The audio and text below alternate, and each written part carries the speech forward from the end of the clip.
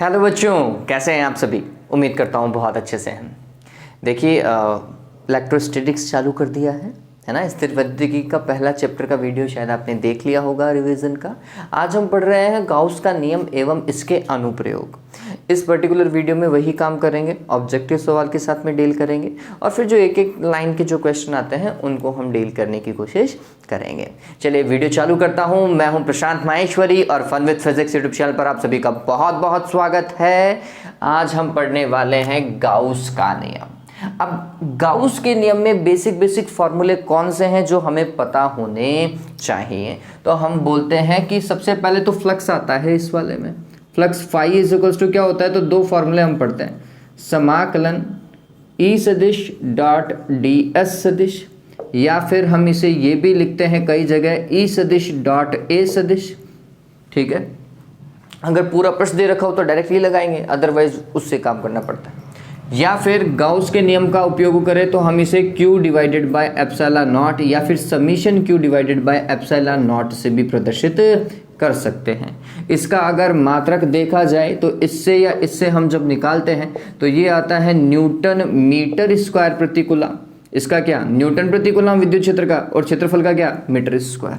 ठीक है, तो ये इसका मात्रक आता है। ठीक है, यहाँ पे आपका गाउस का नियम भी कंप्लीट हो चुका है। गाउस का नियम यही तो बोलता है कि विद्युत क्षेत्र में स्थित किसी काल्पनिक बंद पृष्ठ से निर्गत कुल विद्युत फ्लक्स का मान उस बंद पृष्ठ से परिबद्ध कुल आवेशों के बीजगणितीय योग का 1/एप्सिलॉन नॉट गुना होता है, या बीजगणितीय योग तथा निर्वात में विद्युतशीलता की निष्पत्ति के तुल्य होता है। ठीक है, तो ये जैसे भी आप लिखना चाहें वैसा लिख सकते हैं, लेकिन गाउस का नियम इंपॉर्टेंट है। आप देखेंगे कि बहुत बार बोर्ड एग्जाम में ये सीधा पूछा गया है।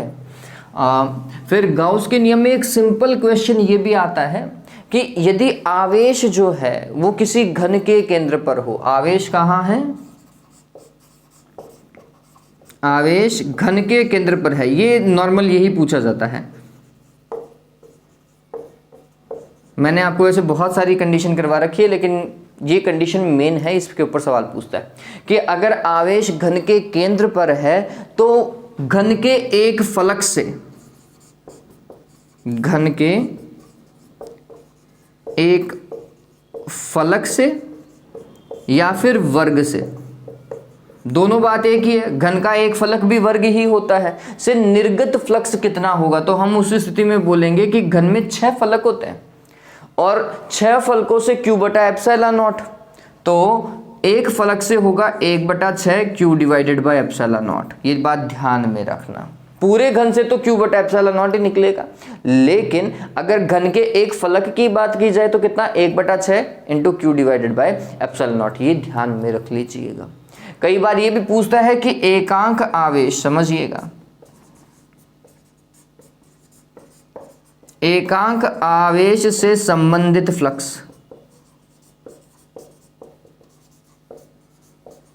तो एकांक आवेश मतलब एक कूलम आवेश हो गया, उस केस में फ्लक्स कितना हो जाएगा, तो हम बोलेंगे phi is equals to 1 divided by epsilon naught. Q की जगह कितना रख लो, 1 रख लीजिएगा, तो 1/एप्सिलॉन नॉट, है ना। और वैसे विद्युत फ्लक्स होता क्या है, तो हम बोलते हैं कि विद्युत क्षेत्र में कोई पृष्ठ है और उस पृष्ठ से गुजरने वाली लंबवत विद्युत बल रेखाओं की संख्या ही क्या बताती है, हमें विद्युत फ्लक्स बताती है। तो गुजरने वाली बल रेखाओं की संख्या भी 1/एप्सिलॉन नॉट होगी, ये ध्यान में रखिएगा। ठीक है, चलिए फिर इसके अंदर हम नेक्स्ट जो पढ़ते हैं वो है अनुप्रयोग। और अनुप्रयोग के अंदर जो सबसे पहला अनुप्रयोग आता है जिसमें हम बोलते हैं कि एक रेखीय तार है, अनंत लंबाई का एक समरूप आवेशित रेखीय तार है, तो उस तार के कारण, है ना, मैं तार लिख देता हूं, रेखीय चालक आप जिसे कह सकते हैं, उस तार के कारण विद्युत क्षेत्र कितना होता है, 2k lambda divided by r होता है, यही होता है। यहाँ पे वो आपको 2 ग्राफ पूछता है, विद्युत क्षेत्र और लैम्डा के बीच में और विद्युत क्षेत्र और r के बीच में। तो मैं ग्राफ भी बता देता हूँ। देखो, विद्युत क्षेत्र और लैम्डा दोनों एक दूसरे के क्या है, समानुपाती हैं, तो ये ऐसा ग्राफ जाएगा E समानुपाती लैम्डा। लेकिन अगर r और विद्युत क्षेत्र की बात की जाए तो ये एक दूसरे के व्युत्क्रमानुपाती, और व्युत्क्रमानुपाती का ग्राफ ऐसा जाता है बच्चों, E व्युत्क्रमानुपाती r।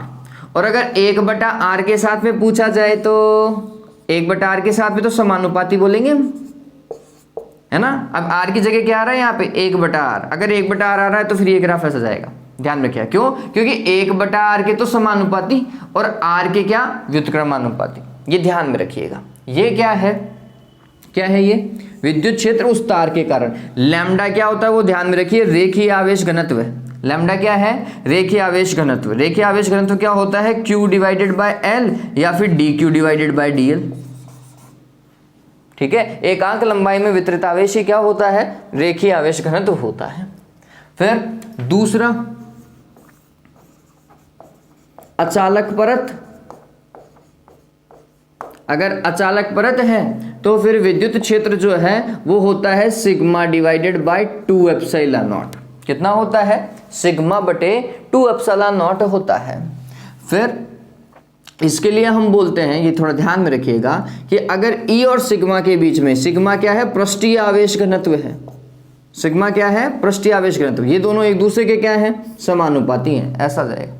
लेकिन विद्युत क्षेत्र और दूरी के बीच में पूछा जाए कि विद्युत क्षेत्र और अभिष्ट बिंदु की दूरी के मध्य क्या बनाओ, ग्राफ बनाओ, तो यहाँ पे क्या दूरी आ रही है क्या, फॉर्मूले में कहीं आर है, नहीं है, निर्भर ही नहीं करता, ये बात ध्यान में रखना। तो अचालक परत के कारण विद्युत क्षेत्र आर पर निर्भर नहीं करता, इसलिए ऐसा नियत। ठीक है, ये ध्यान में रखिएगा, ये इसके दो ग्राफ। फिर चालक पट्टिका, चालक पट्टिका। चालक पट्टिका के अंदर हम क्या बोलते हैं बच्चों, हम बोलते हैं कि चालक पट्टिका में विद्युत क्षेत्र जो है वो होता है सिग्मा डिवाइडेड बाय क्या, एप्सिलॉन नॉट, इसका दुगना, है ना। तो सेम ग्राफ इसके सेम ऐसे के ऐसे ही है, बस ये ध्यान रखना चालक पट्टिका आ जाए, चालक परत आ जाए तो हम सिग्मा बटा एप्सिलॉन नॉट से काम करेंगे, परिणाम ही इतना ही होता है। ग्राफ ऐसा का ऐसा भाई, सिग्मा के साथ में वो आपको क्या दिखाई दे रहा है, समानुपाती दिखाई दे रहा होगा। ठीक, और दूरी r तो कहीं है ही नहीं फॉर्मूला के अंदर भाई। ठीक, तो फिर ये कैसा होगा, नियत होगा। कई बार इस वाले केस में समझना, कई बार इस वाले केस में वो बोल देता है सदिश रूप में लिखो, तो यहाँ पे सदिश रूप कैसे लिखोगे, तो हम बोलेंगे ई सदिश, समझिएगा, बराबर होगा सिग्मा बटे 2 एप्सिलॉन नॉट और n कैप लगाइएगा। क्यों, क्योंकि तल के लंबवत होता है विद्युत क्षेत्र की दिशा। ठीक है, परत के तल के लंबवत होती है, तो n कैप आएगा। ऐसे ही इसके साथ में अगर मैं विद्युत क्षेत्र लिखूं तो सिग्मा बटा एप्सिलॉन नॉट और n कैप आएगा। n कैप क्या है, नॉर्मल टू द सरफेस होता है, जबकि यहां पर अगर आए तो 2 के लैम्डा अपॉन r और यहाँ पे r कैप लगाइएगा। क्या लगाएंगे, r कैप लगाइए, क्योंकि r अभिष्ट बिंदु की दिशा के अंदर ही चलता है, इसलिए हम r कैप लगाते हैं। चलिए, तो ये हो गया क्या, गॉस के नियम के 3 अनुप्रयोग, 1, 2 और 3। ये वाला अनुप्रयोग जो है ना, तार वाला, अनंत लंबाई का रेखीय आवेश, इसके कारण जो विद्युत क्षेत्र होता है, इसका डेरिवेशन आप देखेंगे तो एग्जाम में बहुत बार पूछा गया है। तो इस डेरिवेशन को तो अच्छे से याद कीजिएगा बच्चों। ठीक है, मिटा दूं, ओके। हाँ भाई, अब इसके आगे मैं एक बार के लिए वीडियो देख लूं बच्चों, वीडियो सही तो चल रहा है, ओके ठीक है। हाँ, अब इसके आगे बच्चों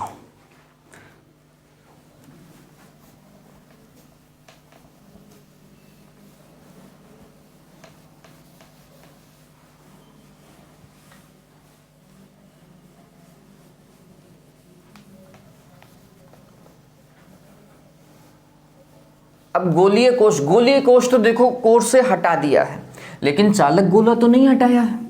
और आप सभी को पता है चालक गोला और गोलीय कोष दोनों समान तरीके से व्यवहार करते हैं।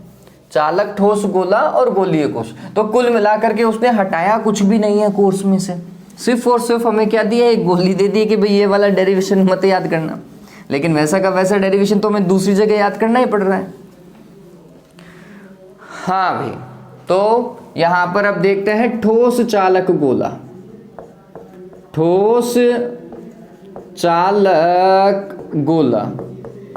और ठोस चालक गोले के लिए विद्युत क्षेत्र 3 जगह देखेंगे। एक विद्युत क्षेत्र अंदर है ना, इनसाइड, कितना होता है के Q divided by small r square. एक विद्युत क्षेत्र देखा जाता है सरफेस पर, कितना, के क्यू डिवाइडेड बाय त्रिज्या, पृष्ठ की त्रिज्या आ जाएगी आर स्क्वायर। और एक देखा जाता है अंदर, अंदर नहीं, क्या बोल गया हूँ, गलत, बाहर सरफेस और अंदर विद्युत क्षेत्र कितना होता है, 0 होता है। ध्यान में रखिएगा कि किसी भी ठोस चालक गोले के अंदर विद्युत क्षेत्र कितना होता है, 0 होता है। बच्चों वहां करेक्शन कर लीजिएगा, आउटसाइड इतना होता है और अंदर 0 होता है, तो मतलब केंद्र पर भी 0 है।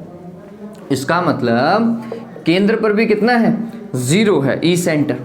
ग्राफ अगर आप देखोगे तो कैसा जाएगा बच्चों, तो यहां पर विद्युत क्षेत्र E और यहां पर दूरी R। हम बोलते हैं ये अगर R त्रिज्या है तो अंदर ये पूरा भाग, अंदर विद्युत क्षेत्र है ही नहीं, इसका मतलब ये वाली लाइन 0।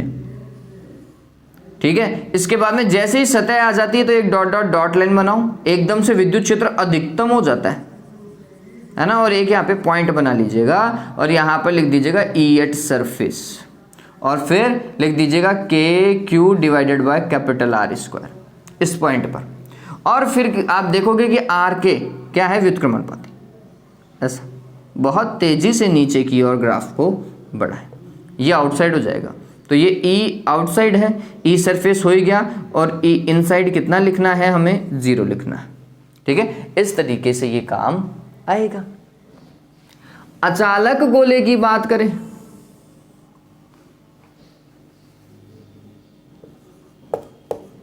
ठोस अचालक गोला, तो अचालक गोले के बाहर विद्युत क्षेत्र उतना ही है जितना ये अभी पता है, KQ divided by small r square. Surface पर भी इतना ही है, KQ divided by capital R square. लेकिन अंदर इसके विद्युत क्षेत्र होता है, 0 नहीं होता, अंदर कुछ मान होता है, कितना, KQ divided by R cube, और यहां पर क्या आता है बच्चों, R आता है नहीं आता है, हम बोलते हैं समानुपाती होता है, किसके, स्मॉल r के। ठीक, तथा केंद्र पर कितना होता है, तो ये बात ध्यान में रखो, कोई भी गोला हो केंद्र पर 0 ही होगा, विद्युत क्षेत्र कितना होगा, 0 होगा, ये ध्यान में रखिएगा। तो इसका ग्राफ कैसा जाता है बच्चों, तो हम बोलते हैं कि केंद्र पर तो 0, ये 0, फिर सतह पर मैक्सिमम कितना, KQ divided by R square, और अंदर देखो समानुपाती है तो मतलब समानुपाती का ग्राफ लेकर जाओ ऐसा। ठीक है, ये डॉट डॉट डॉट लाइन बनाना, और फिर बाहर तो वही वाला ग्राफ जाना चाहिए जैसा पहला गया था ये। तो ये E आउटसाइड हो जाएगा, ये E सरफेस हो जाएगा, और ये E इनसाइड हो जाएगा। ठीक है, आप चाहें तो यहां पर लिख दीजिएगा स्मॉल r की वैल्यू कैपिटल R से ज्यादा है, स्मॉल r की वैल्यू कैपिटल R से कम है, ये लिखे तो बहुत बढ़िया। ठीक है, हो गया ये। फिर ये होने के बाद में, गोला हो जाने के बाद में हम पढ़ते हैं वैद्युत दाब, है ना। किसी आवेशित चालक की सतह पर वैद्युत दाब कितना होता है, तो उसके 2 फॉर्मूला हमने पढ़े वैद्युत दाब के।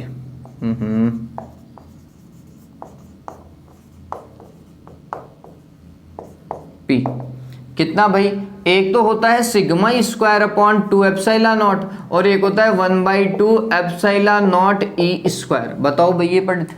ठीक, ऐसे ही विद्युत क्षेत्र के एकांक आयतन में संचित ऊर्जा U और स्मॉल u है, ये बात ध्यान में रखना। ठीक है, एकांक आयतन में संचित ऊर्जा कितनी होती है, इतनी होती है कि 1/2 एप्सिलॉन नॉट E स्क्वायर, या फिर ये ऊपर वाला बात। ठीक है, तो ये ध्यान में रखिएगा। एक आता है आवेशित बुलबुले के लिए संतुलन, उस संतुलन में आप ये ध्यान में रखिएगा कि वहां पर हमें आवेश घनत्व और आवेश निकालना पड़ता है। तो आपको क्या करना है, एक फॉर्मूला ध्यान में रख लीजिएगा, फाइनली ये आता है 40 डिवाइडेड बाय R। 40 क्या है, हम बोलते 40 डिवाइडेड बाय R क्या है, तो हम बोलते हैं कि ये पृष्ठ तनाव है ना। तो इस तनाव बल के कारण क्या, लगने वाला दाब किसके बराबर होना चाहिए, sigma square upon 2 epsilon not, वैद्युत दाब के बराबर होना चाहिए। फाइनली इसको सोल्व करने पर ही सारा काम होता है, तो यहां से सिग्मा निकाला जाएगा। अगर सिग्मा आ जाता है तो आप आवेश क्यों भी निकाल सकते हैं ना बच्चों। तो ये चीज़ थोड़ी सी आपको क्या करनी पड़ेगी, ध्यान में रखनी पड़ेगी। ये वो सारे फॉर्मूला हैं जो इस चैप्टर के अंदर इंक्लूड होते हैं। चलिए काम करना चालू करते हैं, ऑब्जेक्टिव क्वेश्चन को काम डिस्कस करते हैं। एक मैं आपको हमेशा कहता हूँ, प्लीज़ प्लीज़ प्लीज़ क्या करोगे भाई, क्या करोगे, याद करना चालू कर दो, ठीक है। फालतू की पंचायती में मत पढ़ना आप।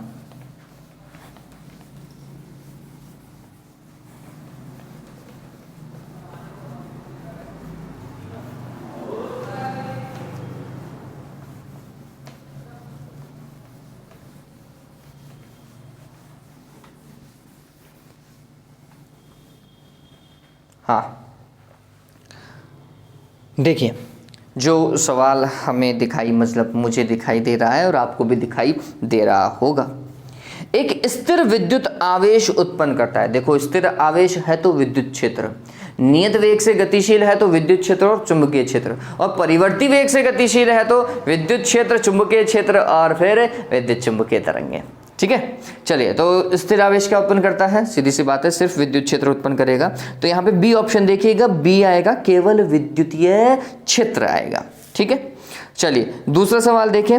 एक बिंदु आवेश Q से स्मॉल r दूरी पर विद्युत क्षेत्र की तीव्रता होती है। आप सभी को पता है बच्चों, क्या भाई, कि विद्युत क्षेत्र की तीव्रता किसी भी बिंदु आवेश के कारण कितनी होती है, KQ divided by R square. ठीक है, वो ऐसे ही तो बोला था, कैपिटल Q आवेश था, मैंने कैपिटल Q लिख दिया और दूरी R थी।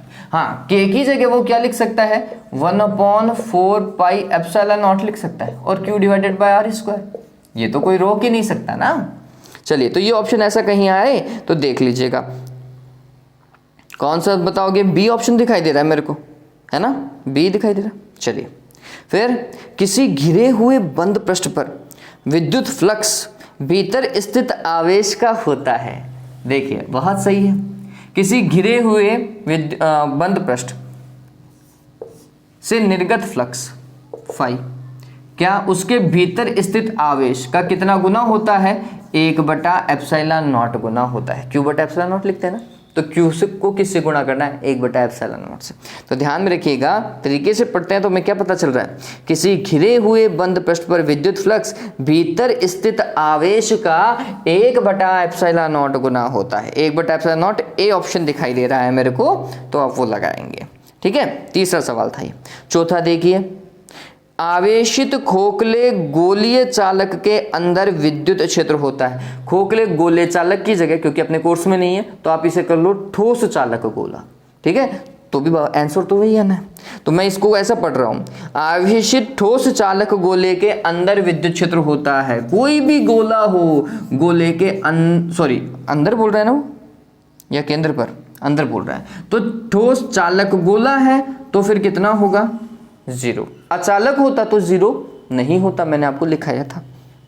चलिए पता चल गया, 0, सी ऑप्शन आएगा। फिर अगला देखिए, पांचवा, बहुत सही सवाल लग रहा है मेरे को। किसी आवेशित चालक के भीतर, एक मिनट, नहीं गलत पढ़ लिया क्या मैंने, किसी आवेशित चालक के ठीक बाहर किसी बिंदु पर विद्युत क्षेत्र की तीव्रता आवेश के पृष्ठ घनत्व की 1/ε0 गुनी होती है, जहां ε0 मुक्त आवेश की परावैधता है। इस कथन को कहते हैं, चलो पहले इस कथन को समझते हैं, क्या बोल रहा है, किसी आवेशित चालक के ठीक बाहर किसी बिंदु पर विद्युत क्षेत्र की तीव्रता, पांचवा यही है, हाँ, विद्युत क्षेत्र की तीव्रता। ठीक है, आवेश के पृष्ठ घनत्व, आवेश का पृष्ठीय घनत्व कितना होता है, Q divided bye A sigma का 1/ε0 गुना होता है, ऐसा। चलिए सॉल्व करूं क्या, Q ऐसा ही है, और फिर A का मान कुछ भी हो सकता है, लेट्स सपोज कीजिए 4 पाई R स्क्वायर, और यहां पर क्या, ε0, तो E इक्वल्स टू क्या हो जाएगा, Q divided by ε0 4 pi R square, तो ये हो जाएगा Q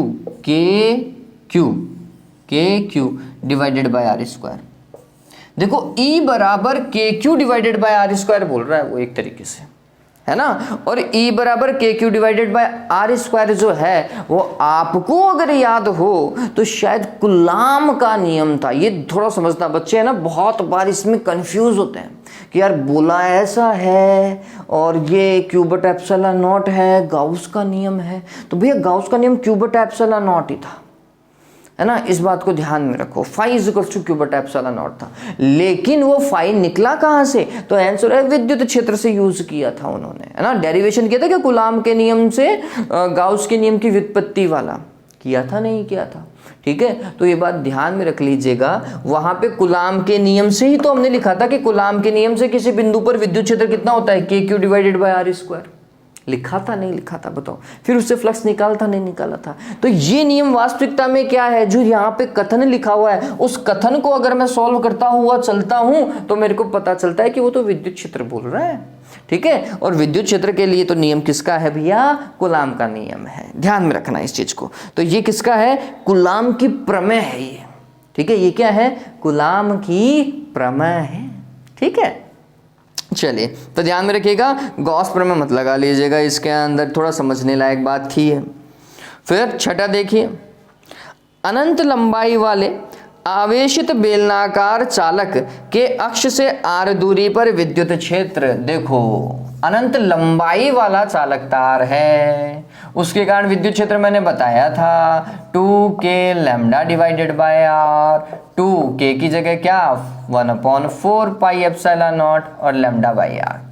ये तो काटो इसको, कितना हो जाएगा? Lambda divided by 2 pi epsilon naught R. यही तो होता है। देखो कहीं मैच कर रहा है क्या?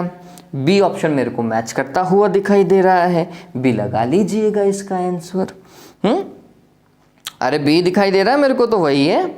चलिए फिर आगे देखिए, सातवां, एक आवेशित चालक की सतह के किसी बिंदु पर विद्युत क्षेत्र की तीव्रता होती है। देखो, सतह पर विद्युत क्षेत्र की तीव्रता क्या होती है? तो ये थोड़ा समझने लायक बात है। ये कोई आवेशित चालक मान लो, गोलाई मान लो, ठीक, और विद्युत क्षेत्र कैसा होगा? तो हमने बोला कि अगर आवेश यहाँ पर था तो विद्युत क्षेत्र ऐसा, ठीक, और सतह के ऊपर आप क्या खींचते हो? ऐसा। ये सतह का तल तो ऐसा ही होगा। तो आप देखेंगे कि ये जो विद्युत क्षेत्र है वो सतह के तल के क्या होती है? लंबवत होती है। तल की दिशा अगर देखूं तो वो ये है, लेकिन तल से देखूं तो तल के लंबवत होती है। ये बात ध्यान रखना, विद्युत क्षेत्र हमेशा चालक के तल के क्या होता है? लंबवत होता है, जबकि उसके क्षेत्रफल की दिशा के अनुदिश होता है। ठीक है, तो ये थोड़ा पढ़ने वाली बात है। वो क्या बोल रहा है? चालक की सतह बोल रहा है, सतह की दिशा नहीं बोल रहा। ठीक, तो हमने बोलना है आवेशित चालक की सतह के किसी बिंदु पर विद्युत क्षेत्र की तीव्रता उसकी सतह के क्या होती है? लंबवत होती है। ध्यान में रखिएगा। तो इसका बी ऑप्शन परफेक्ट है, सतह के लंबवत होती है ना। ध्यान में रखें, क्षेत्रफल सदिश के लंबवत नहीं बोल रहा हूं, क्षेत्रफल सदिश के तो अनुदिश होती है, ये ध्यान में रखना है। आठवां सवाल देखिए, सातवां करवा दिया ना मैंने। आठवां देखिए, आठवां क्या बोल रहा है? किसी गोले पर आवेश, गोले पर आवेश कितना दे रखा है भैया? 10 माइक्रोकूलाम। ठीक बात है। तो इसकी सतह पर विद्युत फ्लक्स कितना होगा? अगर आवेश इतना है तो विद्युत फ्लक्स क्या होगा? Phi is equal to Q divided by epsilon naught. और आप सभी को पता है k इज इक्वल टू क्या होता है? 1/4 पाई एप्सिलॉन नॉट। तो अगर मैं यहाँ से एप्सिलॉन नॉट को इधर लेकर जाऊँ तो k को नीचे ले आऊँ क्या? तो फिर epsilon naught is equal to क्या हो जाएगा? 1/4 पाई के होगा क्या? तो एप्सिलॉन नॉट की जगह मैं क्या लिखूँ? 1/4 पाई के। तो 4 पाई के कहाँ चला जाएगा? ऊपर की ओर। तो ये 4 पाई के इंटू क्यू, ये भी ध्यान रखिएगा। फाई इज इक्वल टू 4 पाई के क्यू, कई किताबों में यही लिखा हुआ होता है। ठीक है, चलिए 4 पाई ऐसा का ऐसा लिख देता हूँ क्योंकि मेरे को आंसर में पाई दिखाई दे रहा है। के कितना होता है? 9 गुणा 10 की घात 9, क्यू 10 गुणा 10 की घात -6। चलिए सॉल्व कीजिए। 9 चौक 36 होते हैं क्या? तो ये हो गया 36 पाई, है ना। 10 की घात -5 और 10 की घात 9, 10 की घात 4 हो गया क्या? ठीक, फ्लक्स है, फ्लक्स का मात्रक आपको पता होना चाहिए, न्यूटन मीटर स्क्वायर प्रति कूलाम। ठीक, तो ये कितना आएगा? 36 पाई गुणा 10 की घात 4 न्यूटन मीटर स्क्वायर प्रति कूलाम। पता चल रहा है क्या? कौन सा ऑप्शन दिखाई दे रहा है? 36 पाई, सारे 36 पाई है भाई। 10 की घात -4 नहीं, -4 नहीं आ रहा, प्लस का 4 है अपना, है ना। हाँ, तो ये इसका बी ऑप्शन आपको दिखाई देगा। कौन सा है बच्चों, 8वें का बी आप लगा लीजिएगा। हो गया। अब 9वां सवाल देखिए, 9th वन।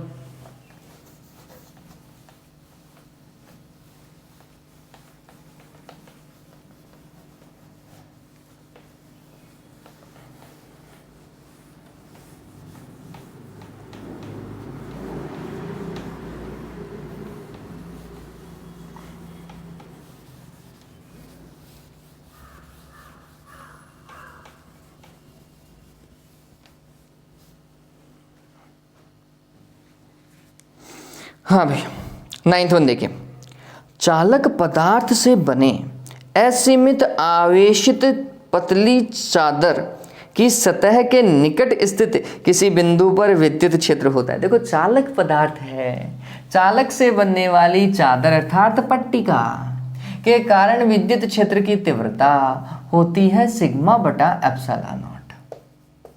अभी बताया था चालक के लिए, है ना। तो कितना, सिग्मा बटा एप्सिलॉन नॉट लगा लीजिएगा, बी ऑप्शन इसका लगा लीजिएगा बच्चों।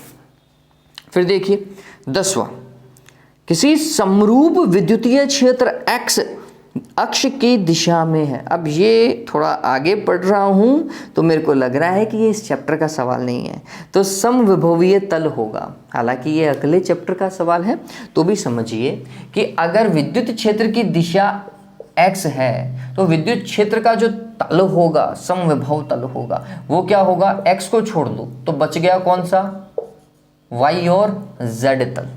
ठीक है, अगर ये विद्युत क्षेत्र की दिशा है तो समविभव पृष्ठ जो होता है वो ध्यान में रखिएगा विद्युत क्षेत्र की दिशा के लंबवत होता है। तो x के लंबवत कौन सा तल होगा, yz तल होगा। ये कॉन्सेप्ट ध्यान में रखिएगा, विद्युत क्षेत्र की दिशा और तल एक दूसरे के क्या होते हैं, लंबवत होते हैं। तो हमने बोला x अगर दिशा है तो उसके लंबवत तल कौन सा है, yz है।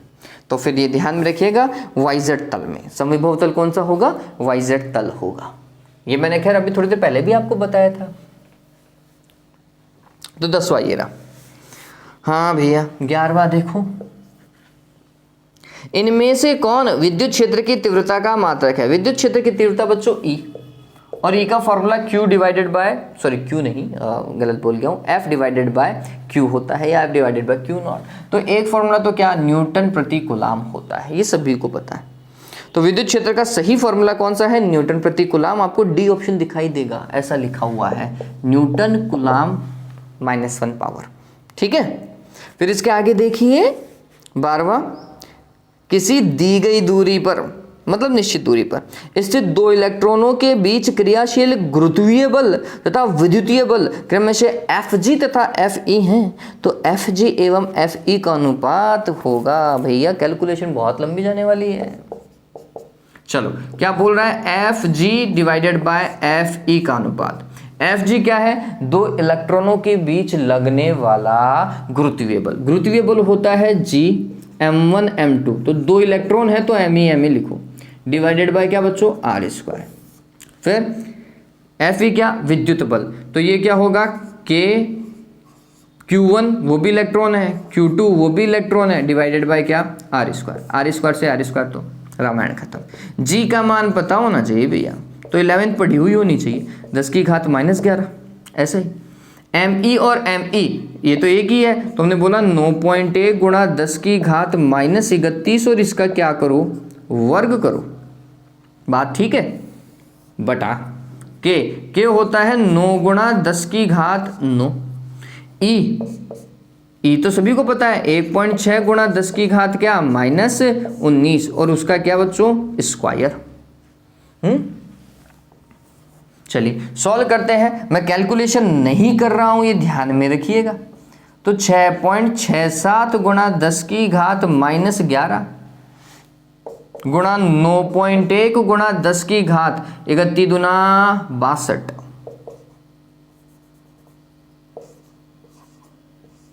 62। ठीक है, और ये हो जाएगा 9 गुणा 1.6, 10 की घात 9, और ये 19 दूना 38। कितना बच गया भाई, माइनस का 38 और 9, 29 रह गया क्या, 10 की घात -29।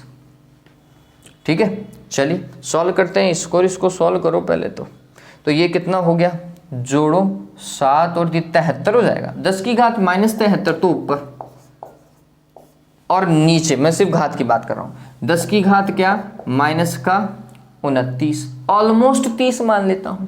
ठीक, तो ये कितना हो जाएगा, ऑलमोस्ट 30 मान लो इसको। ठीक, तो ये कितना हो जाएगा, तो हमने बोला ये हो जाएगा ऊपर, अरे भाई साहब 43, 10 की घात -43 हो जाएगा, यही है। ठीक, तो ये जो मान है वो लगभग कितना, 10 की घात -43 के लमसम में जाएगा आंसर। तो आप देखें अनुपात होगा 9.8 नहीं, बी 10 की घात 9 नहीं, सी 10 की घात 42 नहीं, डी 10 की घात -42 बिल्कुल सही है, अपना बिल्कुल लमसम में बैठ रहा था, 10 की घात -43 के आसपास में बैठ रहा था। तो ये 10 की घात -42 निकटतम है, आंसर कौन सा लगाओगे, 10 की घात -42 कोटि का होता है। ठीक है, ध्यान में रखें। फिर अगला देखिए क्या बोल रहा है, स्थिर विद्युत क्षेत्र होता है। बच्चों आप सभी को पता होना चाहिए, विद्युत क्षेत्र एक संरक्षित क्षेत्र है, गुरुत्वीय क्षेत्र एक संरक्षित क्षेत्र है ना। ये अगले वाले चैप्टर में पढ़ते हैं क्या भाई, किया गया कार्य जो है एक आवेश को एक बिंदु से दूसरे बिंदु तक ले जाने में किया गया कार्य, विद्युत क्षेत्र में किया गया कार्य पथ पर निर्भर नहीं करता। अगर पथ पर निर्भर नहीं करता तो क्षेत्र कैसा होगा, संरक्षित क्षेत्र होगा।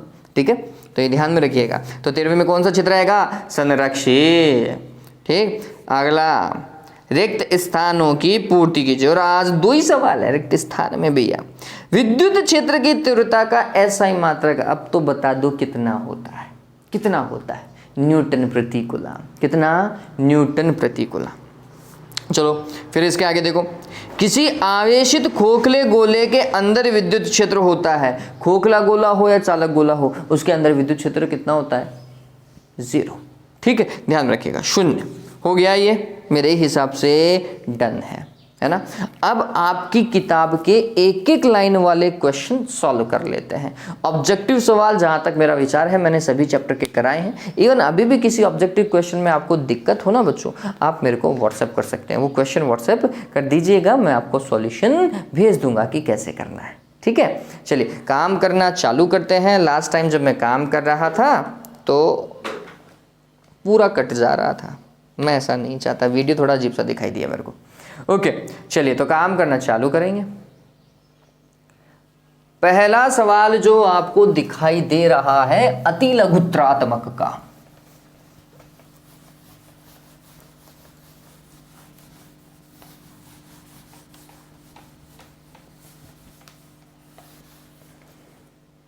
हाँ भाई क्या है, विद्युत क्षेत्र E में रखे किसी पृष्ठीय क्षेत्रफल या क्षेत्रफल अल्पांश से निर्गत विद्युत फ्लक्स का मान 0 कब होता है। देखिए फ्लक्स 0 कब होगा, 2 स्थितियां होती है, या तो पृष्ठ के भीतर आवेश 0 या फिर पृष्ठ और विद्युत क्षेत्र के मध्य का कोण कितना हो, 90 डिग्री हो। ठीक है, तो यहाँ पे पृष्ठ और विद्युत क्षेत्र दोनों को ही वो इंक्लूड कर रहा है। तो हमने बोला कि विद्युत क्षेत्र ये कब 0 होगा, तो हमने बोला कि अगर फाई 0 है इसका मतलब ये है कि विद्युत क्षेत्र जो है वह क्षेत्रफल के क्या है, लंबवत है। ध्यान रखिए, क्षेत्रफल सदिश के लंबवत है। ठीक है, ध्यान में रखना। तो हमने क्या लिखना है, यह तभी पॉसिबल है जब क्षेत्रफल अल्पांश सदिश या क्षेत्रफल सदिश और विद्युत क्षेत्र सदिश एक दूसरे के क्या हो, लंबवत हो। ये लिख दीजिएगा। ठीक है, चलिए ये और कैसे कर सकते हो, चलो मैं बताता हूं और अच्छा तरीका। देखो फाई बराबर 0, इसका मतलब ई सदिश डॉट डी ए सदिश या ई सदिश डॉट ए सदिश लिख लो। आप डी भी मत लिखो, पूरा क्षेत्रफल यूज कर लो। ए सदिश बराबर 0, और ये डॉट प्रोडक्ट कब 0 होता है, जब इन दोनों के बीच में 90 डिग्री होता है। तो फिर आप लिख लो ई सदिश लंबवत है ए सदिश की, ऐसा लिख लीजिएगा। ठीक है, इससे बेहतर कुछ नहीं हो सकता, सबसे बेहतर है ये। और लिख दीजिएगा विद्युत क्षेत्र सदिश क्षेत्रफल सदिश के क्या है, लंबवत। पता चला। ओके, अगला देखो, एक समरूप आवेशित अचालक गोले के कारण विद्युत क्षेत्र की तीव्रता किन स्थितियों पर 0 होती है। भैया कहाँ 0 होती है अचालक गोले के कारण, आंसर है अंदर केंद्र पर। ठीक है। अचालक गोले के भीतर विद्युत क्षेत्र कितना होता है, KQR डिवाइडेड बाय R³ होता है, सभी को पता है। ठीक है, हम बोलते हैं स्मॉल r का मान 0, स्मॉल r का मान 0 मतलब केंद्र पर E एट सेंटर विद्युत क्षेत्र कितना होता है, 0 होता है, ध्यान में रखिएगा। तो अचालक गोले के कारण केंद्र पर विद्युत क्षेत्र कहाँ होता है, 0 होता है। लिख लीजिएगा किन स्थितियों में क्या आएगा, केंद्र पर विद्युत क्षेत्र 0 होता है।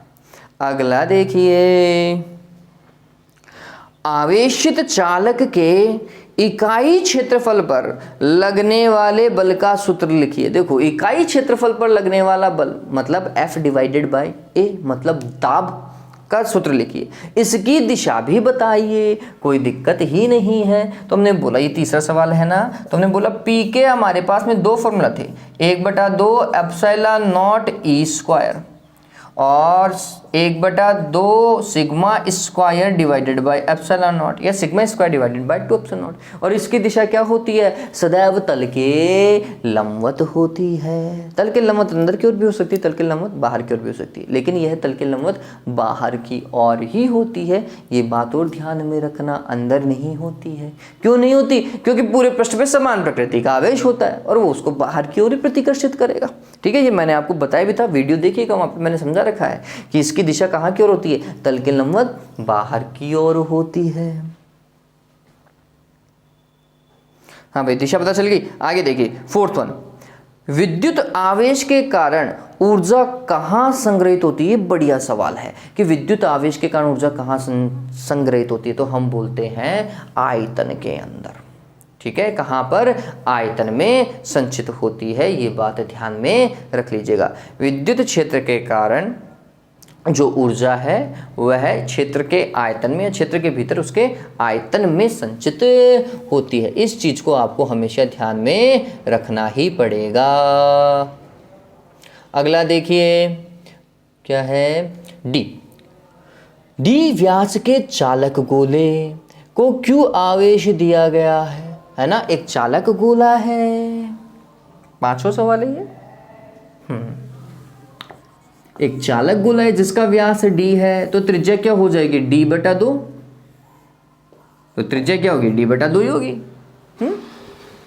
हाँ, दिया गया है। गोले के अंदर विद्युत क्षेत्र क्या होगा भैया, चालक गोला है, चालक गोले के अंदर विद्युत क्षेत्र कितना होता है, 0 होता है। ठीक है, ध्यान रख लीजिएगा, ये तो सभी को पता है। छठा देखिए, छठा क्या है, यदि कूलाम नियम में 1/r² के स्थान पर निर्भरता 1/r³ होती तो क्या गाउस का नियम सत्य होता, भैया नहीं होता। ये बात ध्यान में रखना। कूलाम का नियम व्युत्क्रम वर्ग नियम का पालन करता है, इसी तरीके से गाउस का नियम भी उन्हीं क्षेत्रों के लिए लागू कर सकते हैं जो व्युत्क्रम वर्ग नियम का पालन करते हो। यहाँ पे व्युत्क्रम वर्ग नियम का पालन ही नहीं होगा, 1/r³ कर दोगे तो यहाँ पे व्युत्क्रम वर्ग नियम तो लगा नहीं, घन नियम कोई होता हो तो लगेगा। तो हमने बोला कि कूलाम का नियम व्युत्क्रम वर्ग नियम का पालन करता है, अतः गाउस का नियम भी वहां पर कार्य करता है। अगर 1/r² के स्थान पर 1/r³ पर निर्भरता देखी जाए तो यह व्युत्क्रम वर्ग नियम का पालन नहीं करेगा, अतः गाउस का नियम वहां सत्य नहीं होगा। ठीक है, फिर 7वां देखिए, यदि किसी गौसीय पृष्ठ से परिबद्ध नेट आवेश धनात्मक है, परिबद्ध समीशन Q का मान कैसा, धनात्मक है। छठा थोड़ी, ये 7वां है शायद, है ना। तो पृष्ठ से पारित कुल विद्युत फ्लक्स की प्रकृति, फ्लक्स की प्रकृति समझिए, 2 तरीके की प्रकृति होती है फ्लक्स की। या तो फ्लक्स होता है बाहर जाता हुआ या होता है अंदर आता हुआ, है ना। या फ्लक्स होता है धनात्मक या होता है ऋणात्मक। अगर आवेश धनात्मक है तो फ्लक्स भी कैसा होगा, धनात्मक। और अगर कोई फ्लक्स धनात्मक है तो वो हमेशा बाहर जाएगा, तो हम बोलेंगे निर्गत फ्लक्स होगा।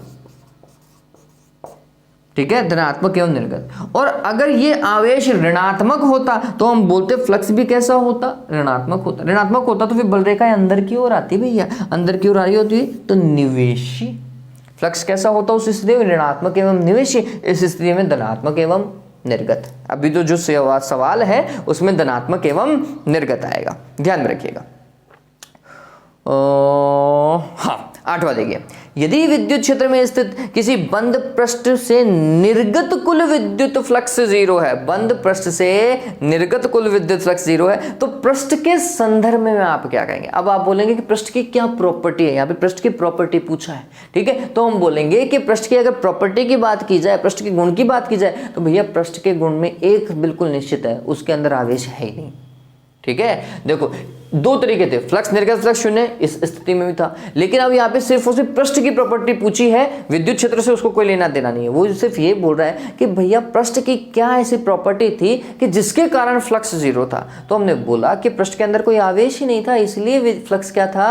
शून्य था। तो ये बात ध्यान रखना, जब पृष्ठ सरफेस की प्रॉपर्टी पूछी है तो सरफेस के बारे में बताओ, तो हमने क्या बोलना है कि सतह के भीतर कुल आवेश या नेट आवेश का मान कितना? शून्य है। लिख लीजिएगा इसके अंदर, ये सवाल अच्छा है।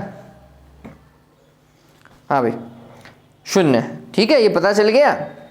ओके, 9वां देखिए, यदि किसी गाउसीय पृष्ठ के अंदर नेट आवेश शून्य है तो क्या इसका अर्थ यह है कि पृष्ठ के प्रत्येक बिंदु पर विद्युत क्षेत्र की तीव्रता भी शून्य होगी? भैया ऐसा नहीं है, ऐसा नहीं है।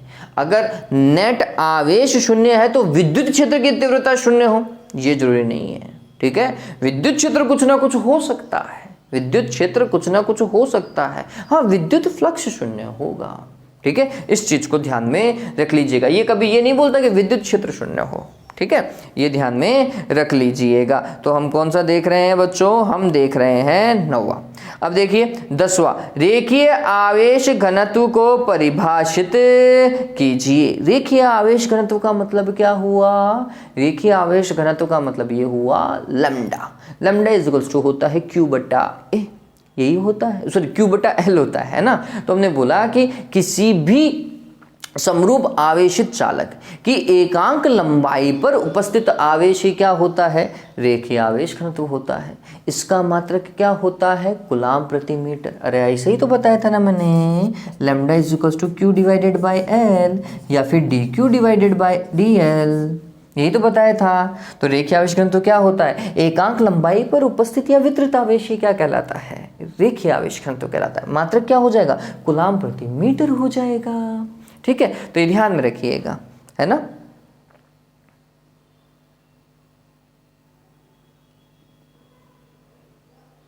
अगला देखिए, अब इसके आगे क्या बोल रहा है वो? सिग्मा पृष्ठीय आवेश घनत्व वाली एक आवेशित चालक परत के एक ओर से दूसरी ओर जाने पर विद्युत क्षेत्र में कितना परिवर्तन होगा?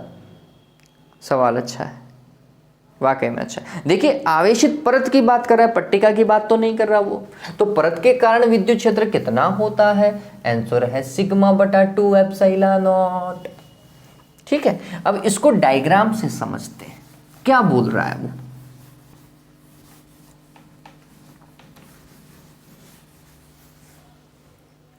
हाँ भाई देखिए, सवाल था 11वां, परिवर्तन पूछ रहा है। ये बात और ध्यान में रखिएगा, परिवर्तन होता है एक में से दूसरे को घटा हुआ। तो हमने बोला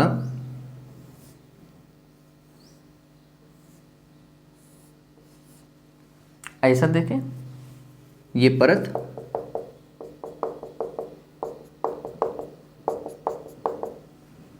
डन। फिर चलो ये तो बनाने की जरूरत नहीं है, इस परत के एक बिंदु इधर ले लो और एक बिंदु यहां ले लो, ठीक है। तो हमने बोला यहां पर विद्युत क्षेत्र कितना E, कितना Q divided by 2 epsilon not, ठीक है। यहां पर विद्युत क्षेत्र कितना E, कितना sigma divided by 2 epsilon not. मैंने Q divided by 2 epsilon not बोल दिया था क्या? चलिए, अब ये ऐसा तो ठीक है, ये भी इतना, ये भी, लेकिन इसके सापेक्ष अगर मैं इसकी दिशा देखूं, इसके सापेक्ष अगर मैं इसकी दिशा देखूं तो ये नेगेटिव है, या इसके सापेक्ष इसकी दिशा देखूं तो फिर ये नेगेटिव है, ठीक है। तो अगर ये धनात्मक है तो फिर दूसरा कैसा होगा? माइनस का होगा। क्यों? क्योंकि दोनों के विद्युत क्षेत्र की दिशा एक दूसरे की क्या है? विपरीत है। ये बात ध्यान रखना पहली चीज। अब आपको क्या देखना है, परिवर्तन देखना है। तो हमने बोला अगर ये E1 है और ये क्या है E2 है, तो फिर परिवर्तन क्या होगा, तो हमने बोला डेली बराबर क्या E1 माइनस E2। E1 का मान कितना, sigma divided by 2 epsilon not, minus E2 का मान कितना, sigma divided by 2 epsilon not, लेकिन कैसा, माइनस का, इसके सापेक्ष तो ये माइनस का था ना, ठीक। तो हमने बोला ये होगा sigma divided by 2 epsilon not plus sigma divided by 2 epsilon not, कितना हो गया, sigma divided by epsilon not हो गया, ठीक है। तो जब परिवर्तन की बात आ जाए बच्चों, तब ये ध्यान में रखना कितना होगा, आपको परिवर्तन देखना है ना। जैसे संवेग में परिवर्तन P2 माइनस P1 या P1 माइनस P2 करते थे, ठीक है। तो ये बात ध्यान में रखिए, जब परिवर्तन आएगा तो माइनस का चिन्ह आएगा, माइनस का चिन्ह आएगा तो फिर ये आंसर आएगा, ठीक है। तो इस चीज को ध्यान में रखना पड़ेगा। मैं पता चल गया विद्युत क्षेत्र में परिवर्तन कितना होगा, सिग्मा बटा एप्सिलॉन नॉट होगा। अब देखिए आगे 12वां, किसी समरूप आवेशित चालक परत के कारण विद्युत क्षेत्र की तीव्रता को दूरी के साथ आरेखित कीजिए। देखो अचालक परत की तीव्रता क्या दूरी पर निर्भर करती है, नहीं करती, आपको बताया था, है ना। E और R के बीच में ग्राफ कैसा, ऐसा यूं ही जाता है, अचालक परत के कारण बना रखा था, और ये पूछा जाता है बच्चों सवाल, ठीक है। 13वां सवाल देखिए, एक समरूप आवेशित अचालक गोले के कारण उसके केंद्र पर विद्युत क्षेत्र की तीव्रता का मान होता है 0, ठीक है। केंद्र पर कितना होता है, 0 होता है, ध्यान में रखिएगा, हर एक गोले के केंद्र पर 0 ही होता है। फिर यदि Q आवेश या आवेश Q एक गोले के केंद्र पर स्थित है, ठीक बात है। अब यदि आवेश को समान आयतन के बेलनाकार पृष्ठ के अंदर स्थापित कर दिया जाए तो दोनों स्थितियों में निर्गत विद्युत फ्लक्स का अनुपात क्या होगा, बताओ भैया। ये सवाल बहुत ही बढ़िया है। क्या बोल रहा है, एक गोला है और गोले के भीतर आवेश कितना, Q, और इस आवेश को अगर उतने ही आयतन के किस में डाल दिया जाए, बेलन में डाल दिया जाए, तो दोनों ही स्थितियों में जो फ्लक्स होगा, इस केस में φ1 मान लो, इस केस में φ2 मान लो, तो क्या अनुपात होगा φ1 और φ2 का। तो ये बात ध्यान में रखना। एक कंडीशन लिखी थी हमने, क्या भाई, गाउस का नियम अप्लाई करने से पहले, कि निर्गत फ्लक्स का मान जो है वह पृष्ठ की आकृति और आकार पर निर्भर नहीं करता, वह सिर्फ और सिर्फ पृष्ठ से परिबद्ध आवेश के परिमाण पर निर्भर करता है। दोनों के भीतर आवेश समान है, आकार से फ्लक्स का कोई लेना देना नहीं है। इसका मतलब जितना ये फ्लक्स है उतना का उतना ये फ्लक्स है।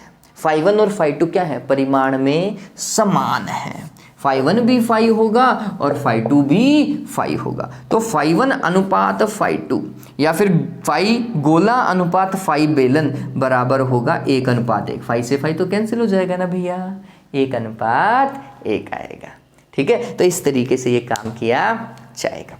चलिए, तो ये सवाल बच्चों इतने ही थे। आप चीज़ों को ध्यान में रखिए, आपको पता चल जाएगा। वीडियोस को लगातार देखते रहें। आपको वीडियोस पसंद आ रहे हैं तो प्लीज़ इसे शेयर करना बनता है, ठीक है। Have a good day, take care.